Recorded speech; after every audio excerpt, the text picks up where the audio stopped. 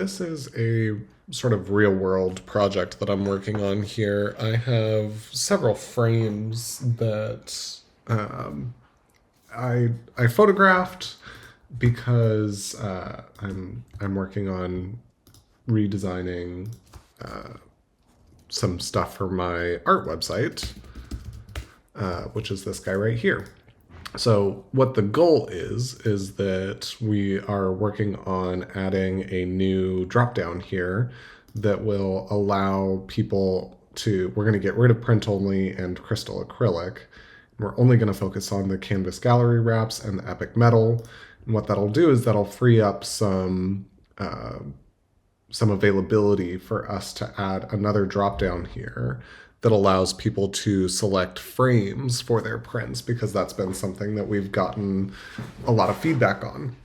And then we're also going to come in and we're going to remove the smallest size and the largest size, and we're just going to focus on 3 sizes.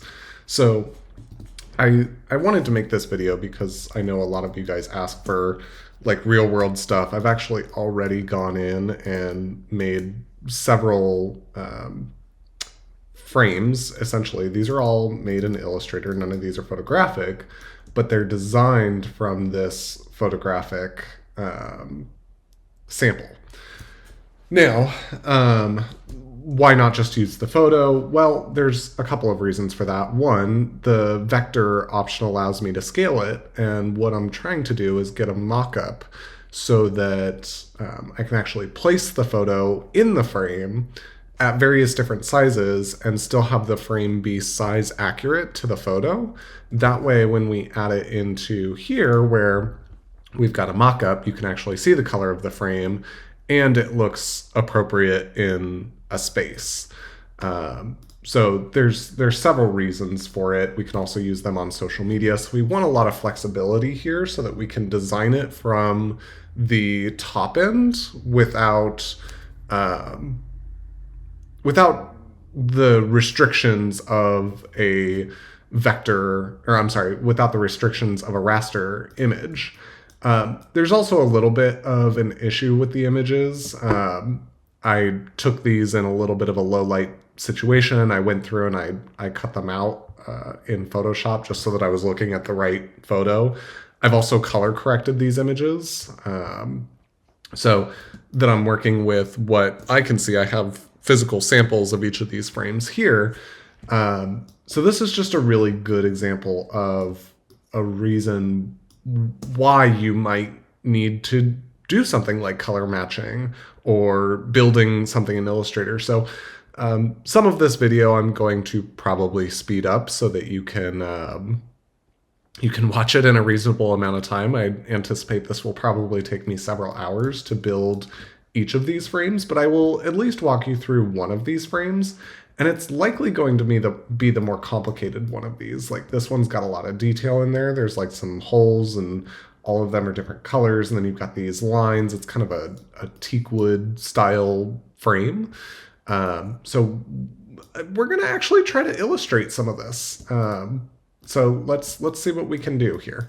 I think that there's a lot of opportunity for duplication. So here I'm just going to make the frame the size that I actually need it to be.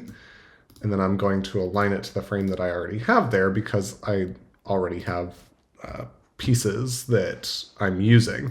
Now, we're probably not even going to be using these, but I want to first build what I think, and actually, that's not even going to work. I need to measure the frame that I have here just to make sure that I've got it the correct size. So, quick measurement. It's about, the frame's about 2 1/8 inches here in person, and that's from the outer edge to the inner edge here. So now you might think, okay, great, I'll just 2.125. Well, okay, that's too small. So when you're working with these things, this is where it can be helpful to actually draw a line. And here I can just click and I can do 2.125, which is a little different than the frame size that I had up there previously. Now, what looks to be nice here is that it is somewhat size accurate. And the important thing here was that I took all of these frame photos from the exact same height. So I was being somewhat meticulous in the way that I photographed each frame, but it looks like the frame is actually accurate. So that's why that worked there. I'm going to ungroup those. And I've already done a little bit of an experiment because over here, let me see if I can bring that back. Let me go back a little bit. Thank God for Command Z. So here I did a little bit of an experiment where I tried to do the same thing, but I used gradients. And I wanted to see if I made it more photorealistic. Did it benefit the illustration in any way? I determined no, because when you sort of take a step back and look at it, it looks like this is scooping more than it looks like it is a chiseled edge. And that wasn't quite what I wanted. In the real world, there's here, maybe I can show you a little bit here.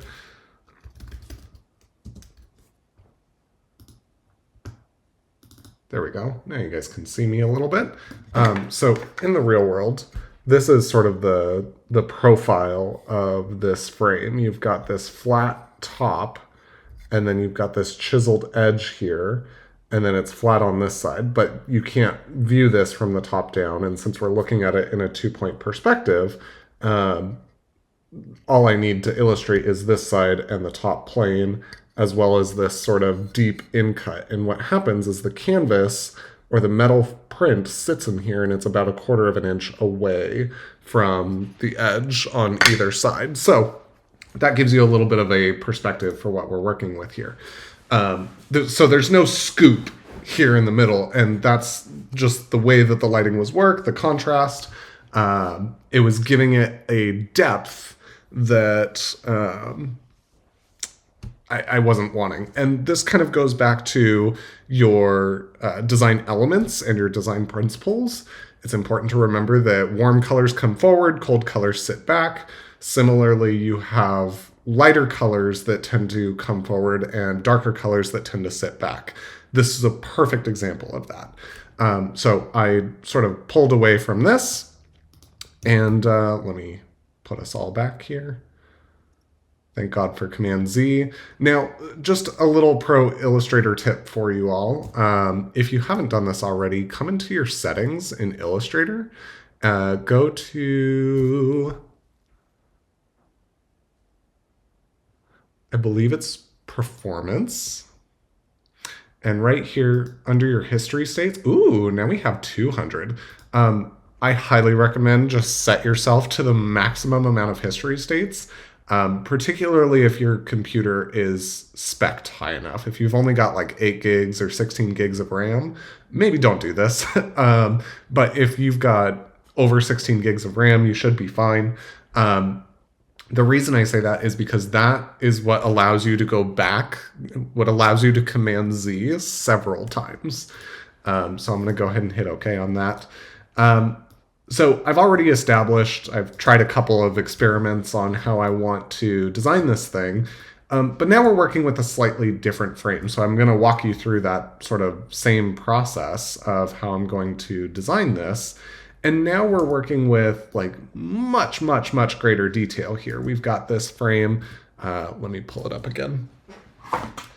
This frame is kind of like a bamboo frame, and it's a little bit hard to see on here, but there's a lot of detail in there.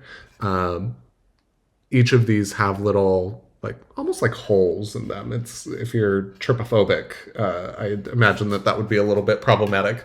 But just to give you an idea of what it looks like in real life, this is pretty darn accurate. So I want to start with my solids, and then another constraint that I want to have is I want to build them linearly like this. That way, when I go to build a frame, all I can do is copy, paste, rotate, match up the corners, I can draw a line here to intersect them and make it a nice 45-degree angle. That way you get this miter cut here.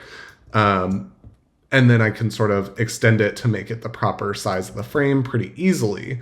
So I don't want to have too much going on in here, so I'll probably need to build this as almost like a pattern that is repeatable based on the length of the frame. So let's start by just building one of these little modules, and maybe we build it in threes. That way we get a little bit of variance in them. And actually, let's start down here. That way I'm measuring it from... Oops. There we go. From the appropriate... I like this one and this one. Those have a nice amount of variance to them. So let's build those. So I'll get my marquee tool. I'll draw over it. Now, we have a little bit of a problem already. Now I can't see what I was working on. That's okay. You can just come up here, turn it off. We'll work on color later.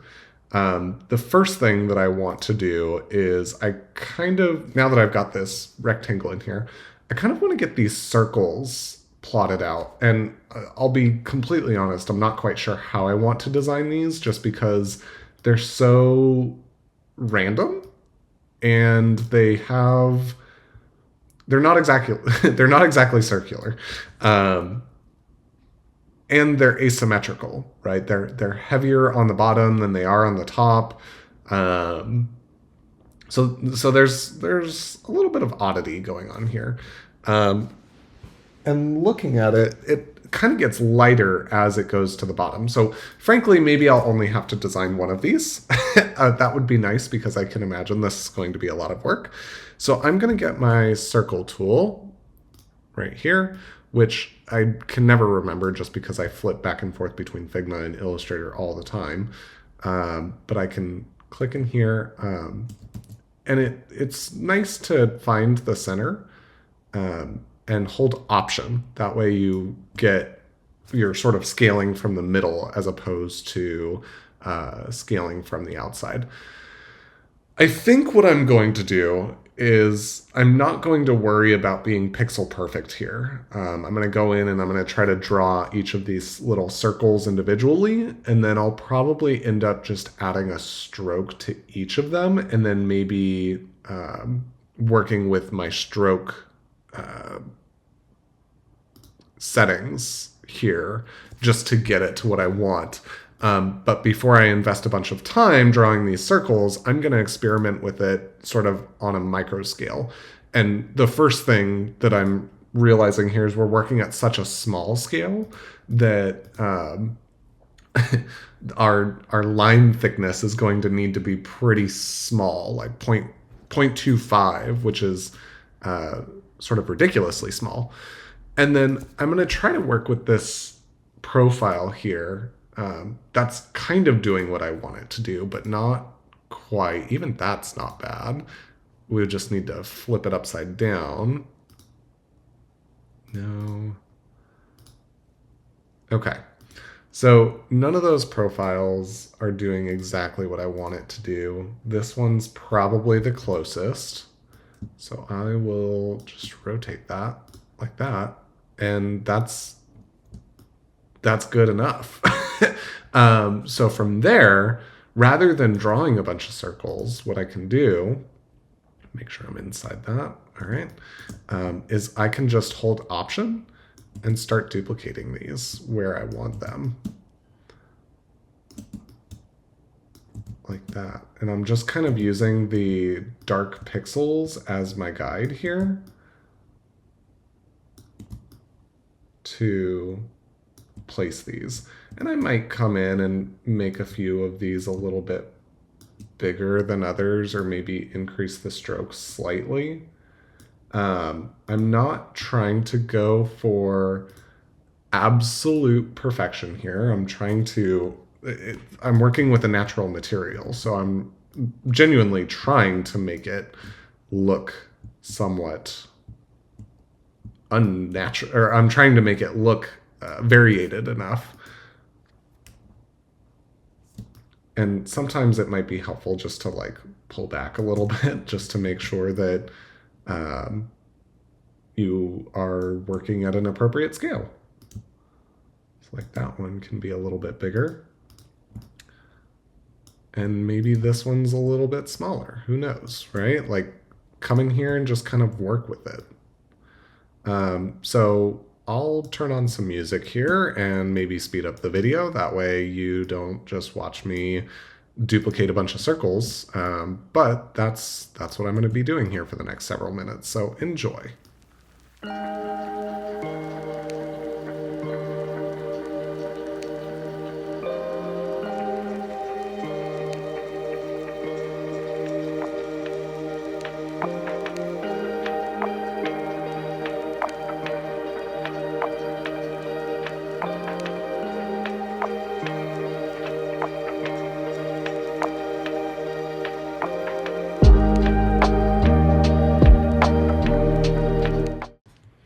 All right, back again.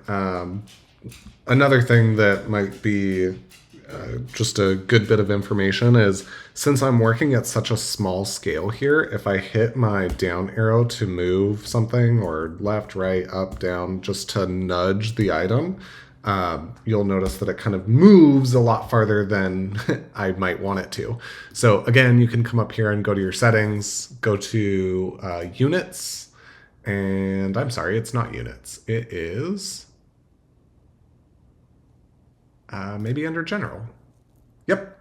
So right here under keyboard increment, you can change this to whatever you want it to be. You can even have it be 1 pixel if that's what you want it to be. And it'll do the conversion for you. Hang on, maybe you can't do it in pixels. So we'll go back and let's make it 0.0001. There we go. Now we're sort of nudging in much smaller quantities. And if you, for whatever reason, want to nudge it a little bit more, you can hold Shift and then nudge, and it will do it in an increment of 10 of whatever you have the nudge amount set to. You can also do that in Figma too, or really any creative software. So just keep that in mind. If you want it to move in less increments, go in there and adjust the nudge amount. Another thing that I sort of learned is that I can come into my stroke area and let's say this guy here. There's kind of, I guess maybe that's the top to it. But if I wanted to use something that looks a little bit more like this, where the top gets much thinner than the bottom, I can come over here. Whoopsie. Hang on. I can duplicate it, and I can actually change the profile. I could change it to something like this, and then rotate it, and stretch it. There we go. And now we've got a little bit of a different look. That's not what I want right there, but you are sort of learning as you're going, and you want there to be this variation so that it looks somewhat natural. In fact, this was actually a really good solution down here, so I'm going to put that there, and I will probably put something similar over here. And notice that I'm intentionally trying to kind of move about the palette that I'm creating here. And I'm working within a space. I'm not even going this way yet, even though that will be something that we need to sort of add on to. I'm thinking once I get a section built, I might even just be able to duplicate it. Probably not, because I want there to be a lot of variation. I don't want you to see the pattern, because once we build this, we're probably going to build another one and stack them side by side and then create a pattern from that. So it'll be just enough variance to sort of get it down the page. And I'm not worried about color yet. I'm still sort of going through and just working in black. I have a feeling, yeah, we're probably going to end up more with a brown. So just keep working on it. It's a little bit of a pain in the butt. Take breaks as you need. I've got coffee, but we'll jump back in here in a sec.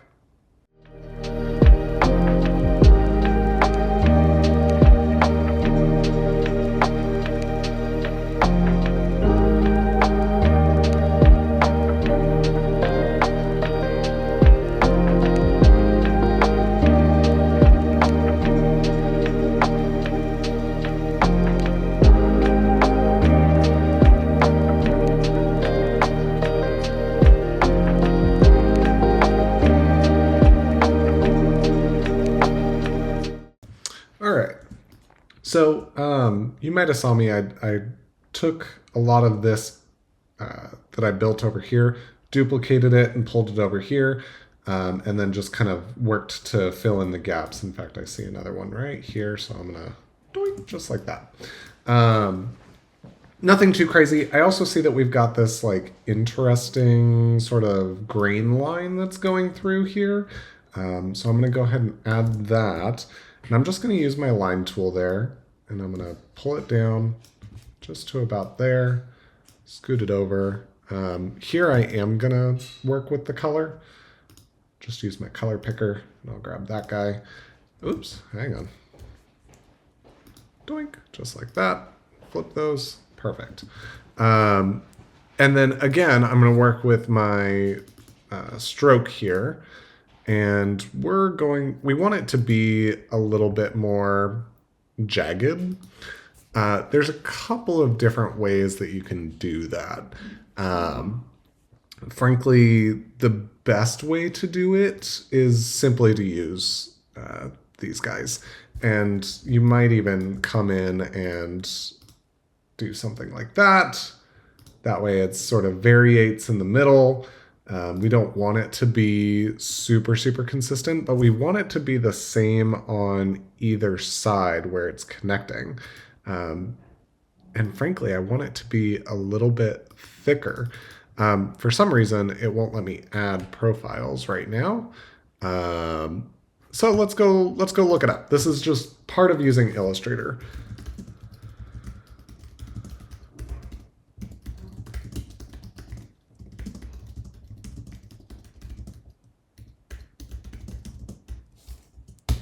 So let's see. This looks exactly like what we want. So to adjust the width, you can simply select a spot on the line, click the spot, and then just drag your mouse to make it. Oh, very cool. Okay, cool. I get it. Fun fact, I've actually never even had to use this tool. This is part of it. This is part of being a designer in this modern world, is you will often encounter a problem that you have never run into. So really the whole point of everyone getting a degree is not to get all of the answers. The point is to know where to find the answers. So I'm going to modify the height there because I want for the width of the stroke to be the same on either end. That way when I connect these, they look like they sort of go together and they flow from one line to the next. That way it looks like a continuous line. So there we go. I got that. And if you ever need to get into this sort of outline preview is what it's called, you can go to View and then hang on, let me do it the other way. There is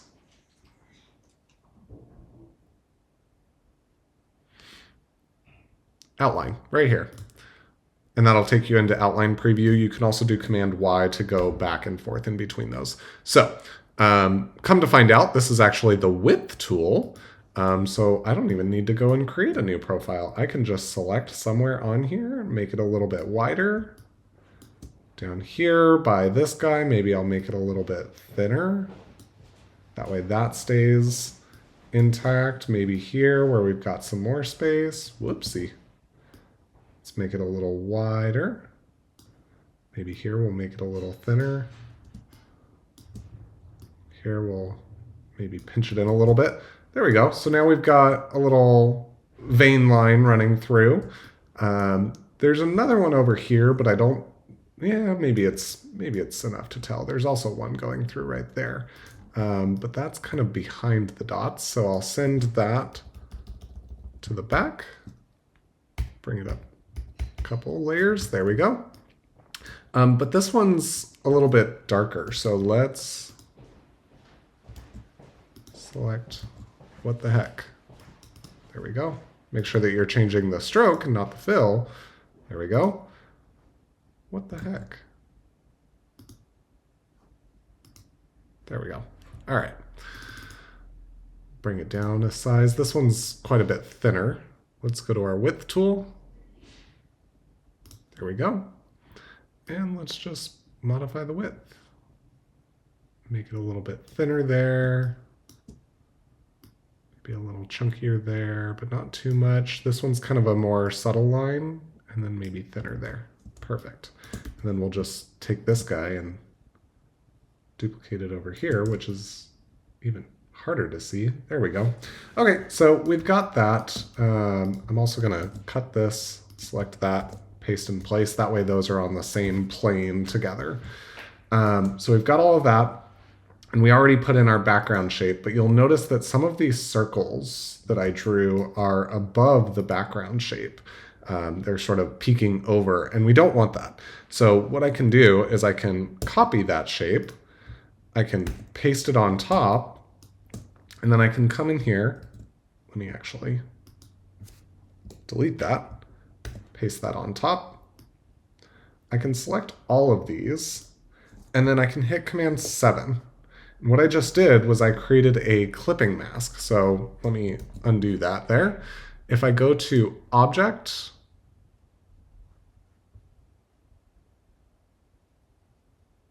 right here, clipping mask, hit Make, does the exact same thing. And you can see here, Command 7 does that. If you want to release that clipping mask, it's Command Option 7. So the reason that I've done that is now these guys can actually come out of there. And I can, let me just pull this off to the side. We can see that everything is contained within there, right? I can also paste another one of those on top, send it to the back, and now we can add the color that we want it to be for the background. And that right there is our shape. I'll group that, Command G. There's our shape. We can use this several times and duplicate it. I'm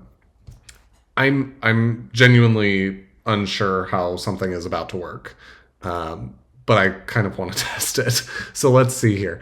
If I pull up my swatches here, I should be able to take this whole thing, drop it in there, and you can see there that we've got a new pattern. So this is going to look a little weird for a moment, but I just, again, kind of want to see what happens. If I extend this like that, and then hit this, oh, that didn't do what I wanted to do. Let's work with the pattern settings. I think I see why. Okay, we've got it on a grid, which should be fine.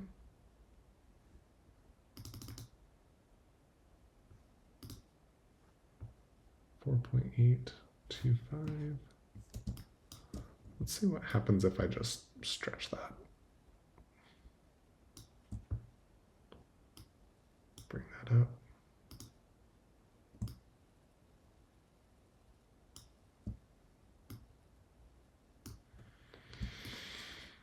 All right, maybe now that'll work.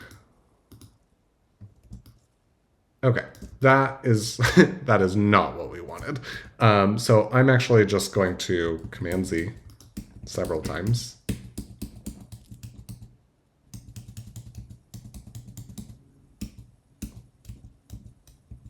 This is where trial and error are a absolutely fundamental part of working with Illustrator.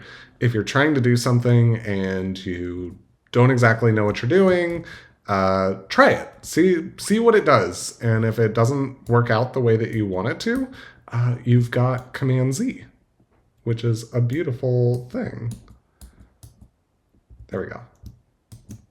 Okay. That should be everything. Yep. So it might be unfortunate, but this might be a very manual process, but it's okay because we've got everything that we need to do it. Let's see here. I would like for this to align with the top of that, like so. And then I'd like for these to align with the bottom of that. And there we go. Now I can take our little square guy here and I can just pull it up right about to there. A little more. There we go. Actually, better way to do that would be Command F to paste in place. Rotate it. Oop, didn't rotate. Rotate, put this guy up here, and align it to the top because that's what we're ultimately going to be doing later on. And then align this to the bottom of that. There we go.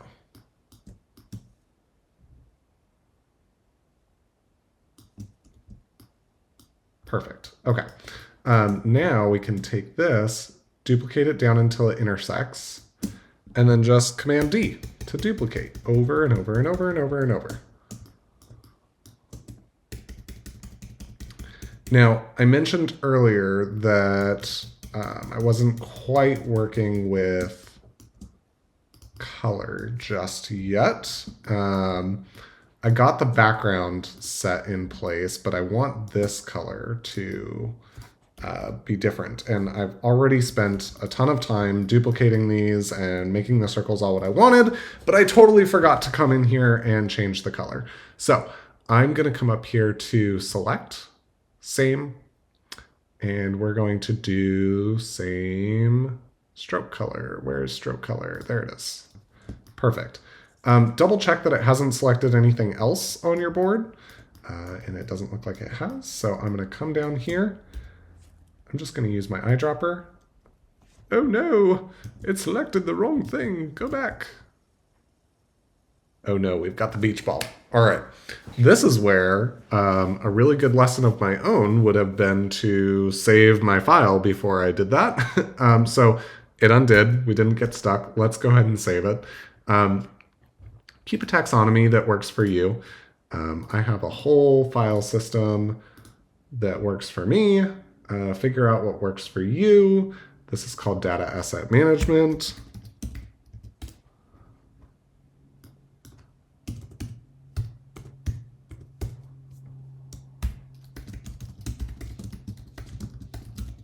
There we go. All right. We've got that saved now. Now let's go ahead and try what I was doing before so that your heart doesn't drop.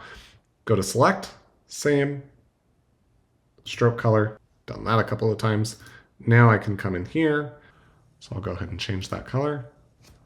I think it's just that I'm selecting so many things.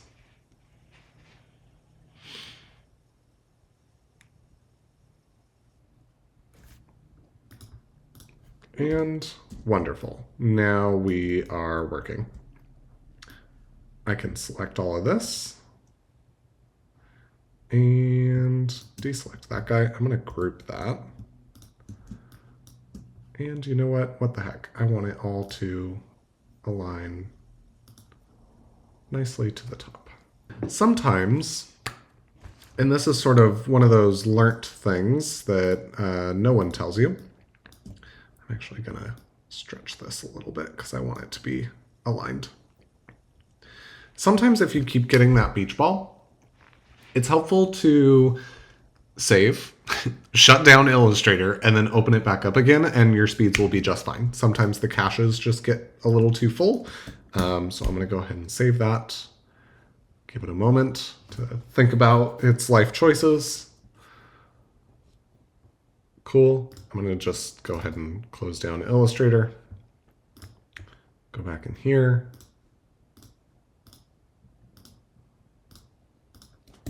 Open it back up again. See if we can get it to run a little bit faster. So notice here, I mean, you guys got to speed up through the dot making process, but we're, I don't know, something like an hour into this video already. So this is not a quick process by any means. All right. And you know what? I'm not even this will be a good test of the speed. Let's go to select, same stroke color. I normally, whenever you're working with color, I rarely recommend you to use opacity. You actually want to change the color. Part of me wants to reduce the opacity because I think I want a little bit of that background color sort of squeezing through. But before I do that, I'm actually going to try using a slightly lighter color. Nope. All right. So we're getting the beach ball just because there's so much detail in here. So one of my recommendations would be that once we get this all working, it might be worth it to just come in here and say, hey, let's reduce the lines and just outline all of these. I typically don't like doing that either.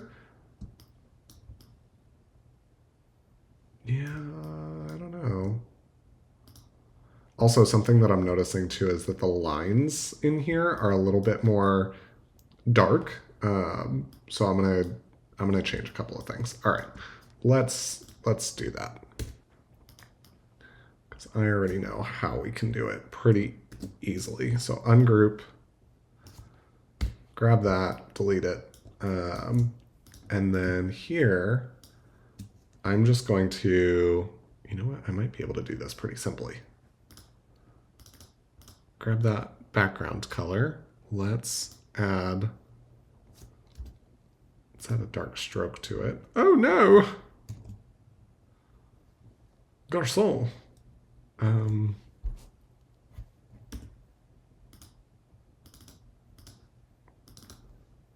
Grab that color. Then grab this. Let's add a stroke to it. Why is nothing working today? Goodness gracious. All right, grab that color, copy, paste. All right, there we go. And I'm gonna make this like 0.125. Yeah, even that's a little thick. Let's divide by 2. Better, just like a tiny, tiny hairline. Damn, and now these guys are sticking up a little bit. So let's leave that. And instead of putting this on here, I'm going to go ahead and turn that off, paste on top, F, turn that guy off. There we go. Now we've got the layering correct. I'm going to divide by 2 again. That's so thick. There we go. Okay. And now let me see. We'll leave it on the edge. Actually, it might be too thin now. So let's do 0.04. Almost 0.05. There we go. That's what I want. All right. So we've got that now. Now let's duplicate. Man, okay. Also, notice how the circles get lighter as they go down. So we need to change a couple of things. We need to select all of these, deselect our line work. And then what we probably should do here is we should make a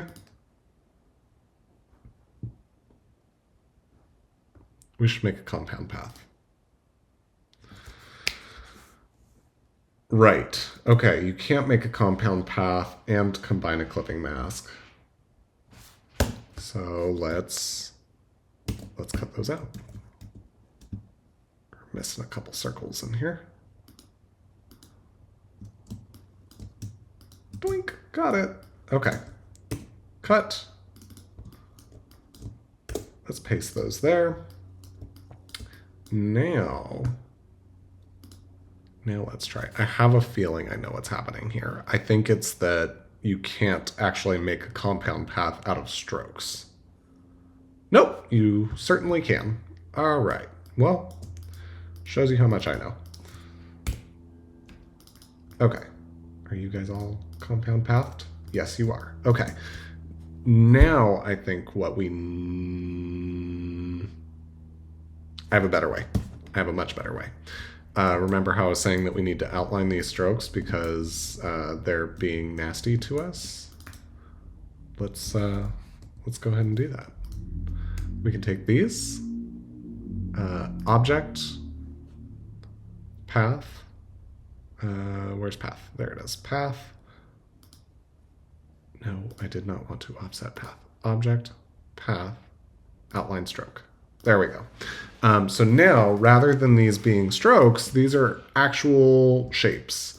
And now what we can do is we can take our little rectangle here, paste,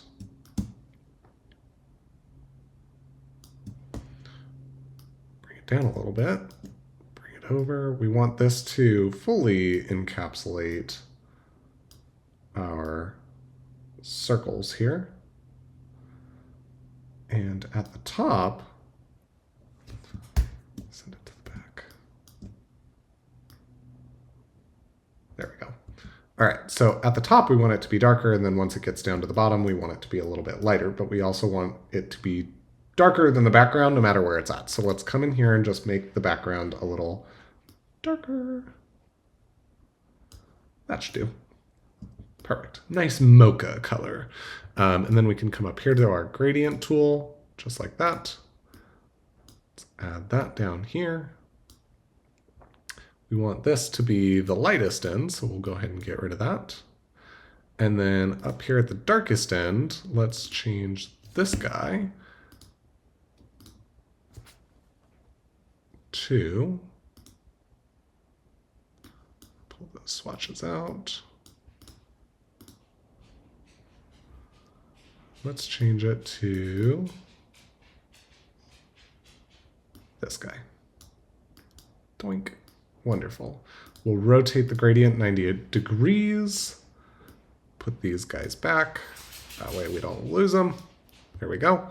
And now we have a beautiful gradient in the background. And it's a little darker than what we currently have. So I think that that'll be a good thing. In fact, I might even go just a little darker. I want HSB. Let's go a little darker. There we go. Yeah, now we're cooking. All right, got that. Select all. You want to make this a compound path. I undid that, so let's go ahead and do that. Select both, Command C, whoa. Perfect, that's what we want. That is exactly what we want. So I made all of those O's into a compound path, and then I did a clipping mask through those to the background, and it's gonna, whoopsie.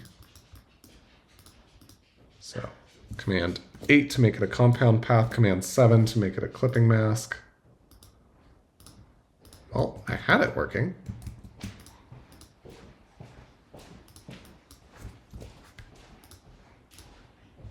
Wonderful. Thank you, Illustrator, for your persnicketiness. Compound path, make. Select everything, Command 7. Wonderful. There we go. Okay. So now I can bring those over here.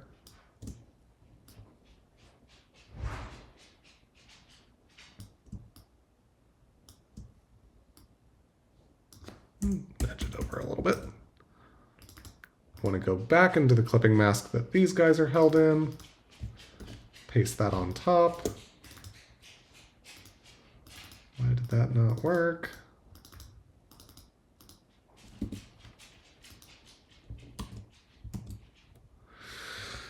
All right, now it's getting frustrating. So, why is it not working? Let's go to our layers so that we can kind of see what's going on. That is what we want to be in. We need to go in one more.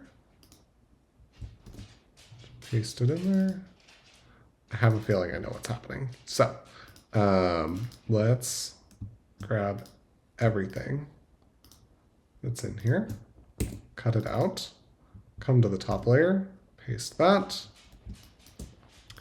Now I'm going to grab all of this and just duplicate it over here so that I can work with it in a separate spot.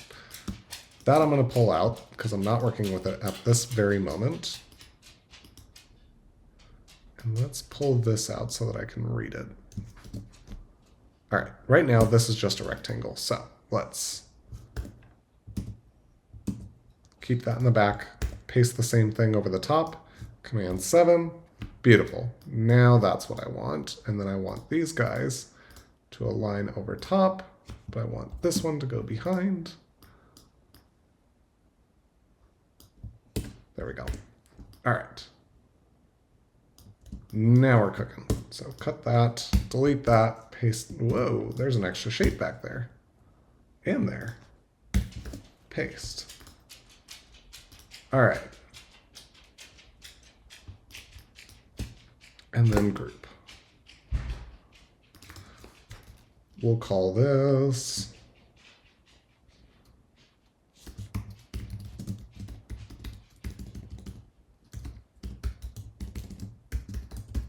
teak blocks. There we go. Also, I've got a little bit of a gap there. I'm going to nudge that over so that we close up that gap. Pull this up so that it snaps to the top. Pull it down. Duplicate.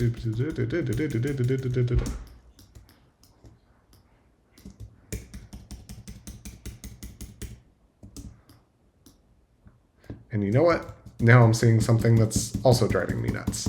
The background color is too dark for some of them. So let's just create a variant where we take the background color and make it a little lighter. Ooh, that's pink. And more beige. Too creamy. Too brown. Yeah. Color picker never works like you want it to. I want taupe, not yellow.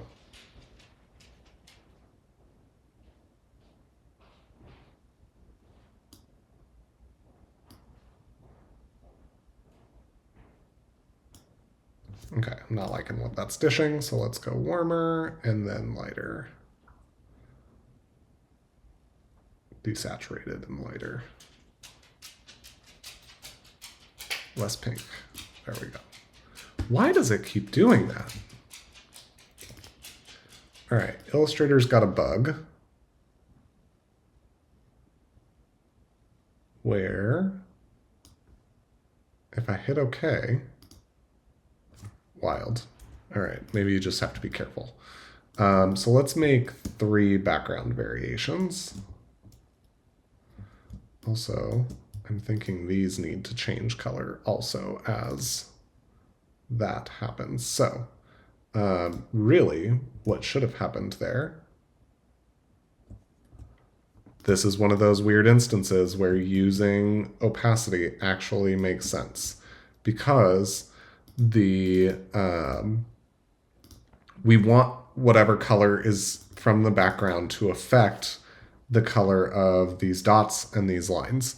So I'm actually going to say, come in here, make the opacity 80%. I also would recommend, this just looks a little yellowy. Yeah, it's pretty yellow. Let's, no, not that. Let's go a little darker.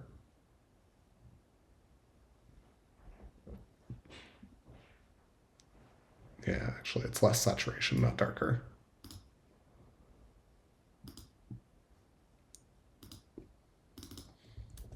Copy that color. Paste it there. Okay. Yep, now we're cooking.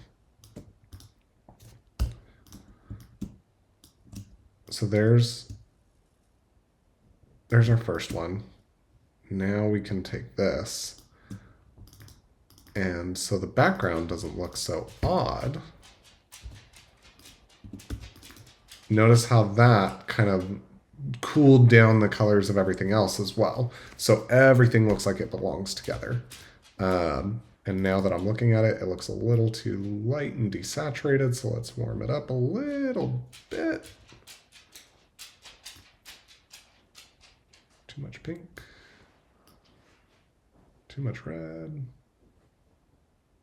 There we go. That's what we want. All right, so now we've got our second variation. And now let's build a third. Whoopsie, not what I wanted. Duplicate that up. There we go. I need to see the color. There we go. So we need like a mid-tone between the light and the dark. So now we're a little too muddy. Too red, too green, yellow. All right, maybe a little lighter.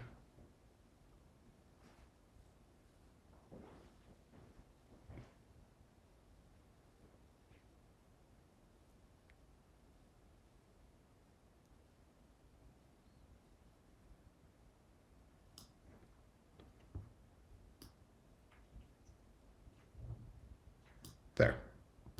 Perfect. Might be a little too red. Yeah, too red. Let's pull it down a little bit.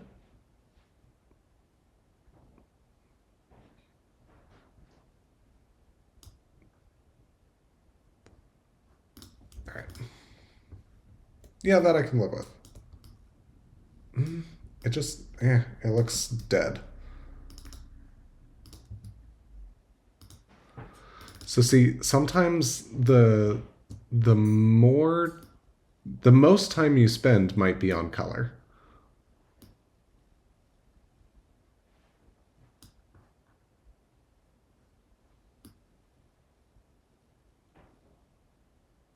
All right, there we go. That's nice. So actually, that's not a mid-tone. That's a little bit darker than what we've got here. But it works. So maybe what I'll do is I'll swap these.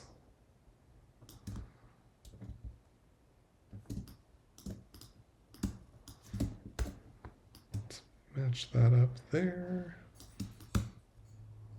Snap. Snap. There we go.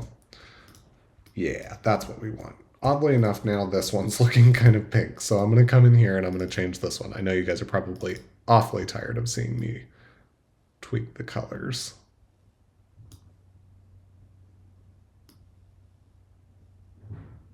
No, now we're getting too gray. All right, never mind. We're going to leave it. We're going to leave it. We're moving on. All right. There. Got a little too much overlap there, so we'll pull that down, down, back up, snap. There. Perfect. All right, so now we can take these guys, duplicate. What the heck?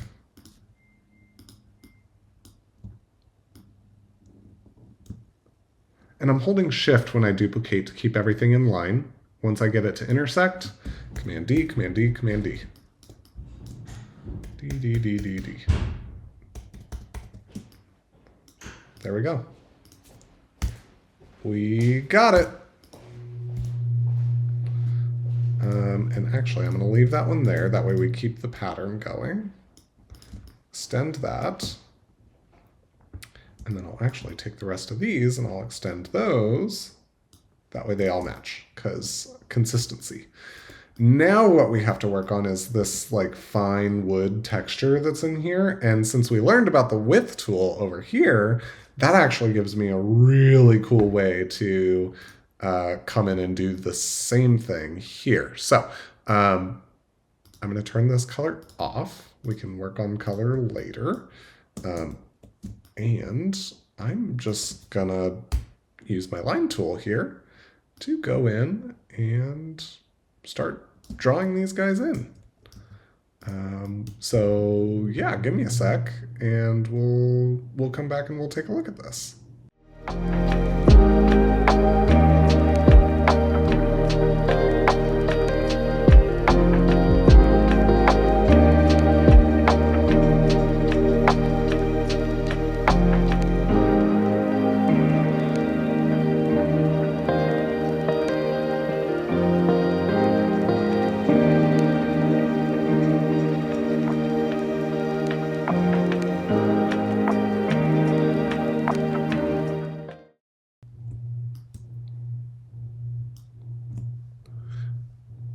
All right.